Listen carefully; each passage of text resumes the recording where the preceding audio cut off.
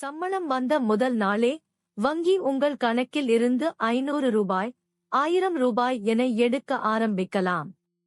உங்களுக்கு தெரியாமல் ஒவ்வொரு மாசமும் 3000 ரூபாய் வரை வீண் ஆகலாம்னு உங்களுக்கு தெரியுமா? என் நண்பன் ராம் செய்த 3 தவறுகளால் மாசம்க்கும் மேல வீண் பண்ணான். இது உங்களுக்கும் நடக்குதான்னு பாருங்க. முதல் தவறு, மறந்து போன தானியங்கு பணம் செலுத்துதல்கள். பலரும் மொபைல் ஆப் சந்தாக்கள், கேபிள் டிவி கட்டணம் அல்லது சிறிய கடன் இஎம்ஐகளை சம்பள நாள் அன்று தானாகவே எடுக்க செட் பண்ணியிருப்போம். என் நண்பன் ராம் போன வருஷம் ஒரு ஆப்க்கு 299 ரூபாய் சந்தா கட்டிட்டு அப்புறம் அதை பயன்படுத்தவே இல்லை. அது மாசம் தானா போய்கிட்டு இருந்தது. அதேபோல ஒரு சிறிய கடன் இஎம்ஐ 1500 ரூபாய் சம்பள நாள் அன்று பேலன்ஸ் இல்லேன்னு பவுன்ஸ் ஆகி 300 ரூபாய் அபராதம் வேற. இரண்டாவது தவறு, குறைந்தபட்ச இருப்பு இல்லாதது. மேலே சொன்ன ஆட்டோ டெபிட்கள் போனதுக்கு அப்புறம் உங்க சேமிப்பு கணக்கில் குறைந்தபட்ச இருப்பு குறையலாம். நடைமுறையில் எஸ்பிஐ மெட்ரோ நகரங்களில் 3000 ரூபாய் வைக்கணும். HDFSல் சில கணக்குகளுக்கு 10,000 ரூபாய். இதை கவனிக்கலைன்னா மாசம் 100 ரூபாய் முதல் 200 ரூபாய் அபராதம்.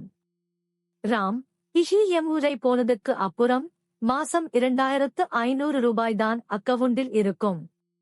அதனால தொடர்ந்து 3 மாசம் குறைந்தபட்ச இருப்பு இல்லாம மாசம் 150 ரூபாய் அபராதம் கட்டினான். மூன்றாவது தவறு, தேவையில்லாத ஏடிஎம் கட்டணங்கள். சம்பளம் வந்ததும் அவசரத்துக்கு அதிக முறை ஏடிஎம் பணம் எடுப்போம். பெரும்பாலான வங்கிகள் மாசம் 3 இலவச ஏடிஎம் பரிவர்த்தனைகள் தான் கொடுக்கும். அதற்கு மேல் போனால் ஒவ்வொரு பரிவர்த்தனைக்கும் 21 ரூபாய் பிளஸ் ஜிஎஸ்டி. ராம் ஒரு மாசத்துல 5 தடவை ஏடிஎம் போனதுக்கு 42 ரூபாய் வீணானது. உண்மையில் ஒரு சராசரி இந்தியன் ஒரு வருஷத்துக்கு கிட்டத்தட்ட மேல ஏடிஎம் சார்ஜஸ் ஆகஸ்ட் இழக்கிறதா ஒரு ஆய்வு சொல்லுது. ஆனால் இதை வங்கி உங்களுக்கு ஒருபோதும் சொல்ல மாட்டார்கள். நீங்கள் தான் கவனிக்கணும். இப்போதே உங்கள் வங்கி மொபைல் ஆப்பை திறங்க. அதில் ஸ்கெட்யூல்டு பேமெண்ட்ஸ் அல்லது ஆட்டோ டெபிட்ஸ் அல்லது ஸ்டாண்டிங் இன்ஸ்ட்ரக்ஷன்ஸ் என்ற பகுதியை பாருங்க. தேவைப்படாத சந்தாக்களை உடனே ரத்து செய்யுங்க.